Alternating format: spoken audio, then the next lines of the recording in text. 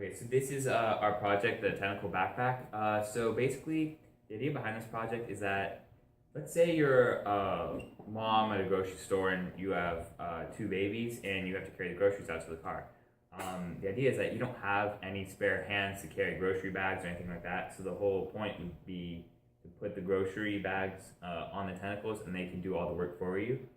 Also, another possible use is, as of 2008, there are over 2 million amputees living in America. It could be leg loss, but many of them have arm loss, which means that they have one less arm, but by using the Tentacle Backpack, they now have 3 arms, so they not only have the normal amount, but they now have an extra amount. So this can extremely help with those people. And then also for the amputees, prosthetic limbs can cost anywhere from $3,000 to $30,000, which is quite pricey.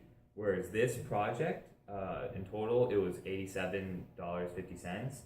Obviously, we can make improvements which drive the price just a little, but compared to a prosthetic, it's relatively cheap. And so behind the design, if you look, the tentacles are attached to this plastic box, which is then attached to the back brace, so that it's your lower back primarily that's doing it's holding it and using all the support, but it's not that heavy, so it's not detrimental in any way. And so the tentacles are attached to 2 bases at the bottom of this container. And here is one of the bases. It's basically just this, although we made a little improvement, such as making this taller to give it more support to the tentacle. And then here at the bottom is what it goes on top of, and it can move on a stepper motor, which gives it its rotatability.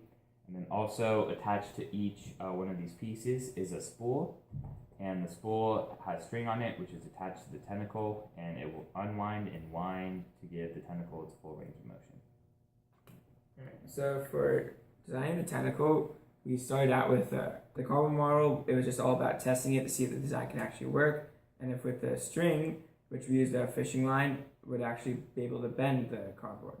So with the first model, the cardboard worked. Then we moved on to 3D printing it with this. We made a mini model first, attaching it here, and then using the fishing line to bend it. So that worked successfully also. So from there on, we moved to a larger model with this. And the problem with this was that it was too bendy. It was all the flexi 3D printed material.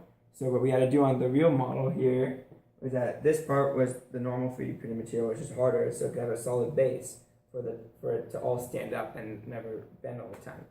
And also for designing it, for each part, we have it gets thinner and thinner for connecting, so that when each piece on the tentacle connect correctly to each other, and that it'd be able to bend, and each part wouldn't snap at all. So for connecting each piece of the tentacle, we had to make them interlocking. So from the base of the tentacle, from the bottom, there was the thickest pieces, and you can see here how this one's thinner than this one. So for it to be thinner, it allowed it to interlock with each other. So as it goes, it gets thinner and thinner as it goes up, so the top is bendy and the bottom is thick, and then they interlock perfectly with each other. Okay, so as far as the software and code goes, it's made out of four stepper motors that are stacked kind of like one on top of each other like this, and then it is all controlled by a joystick. So the joystick reads X and Y values, and in the code it says if it's above 800 Y value, then curl. If it's below 200, uncurl.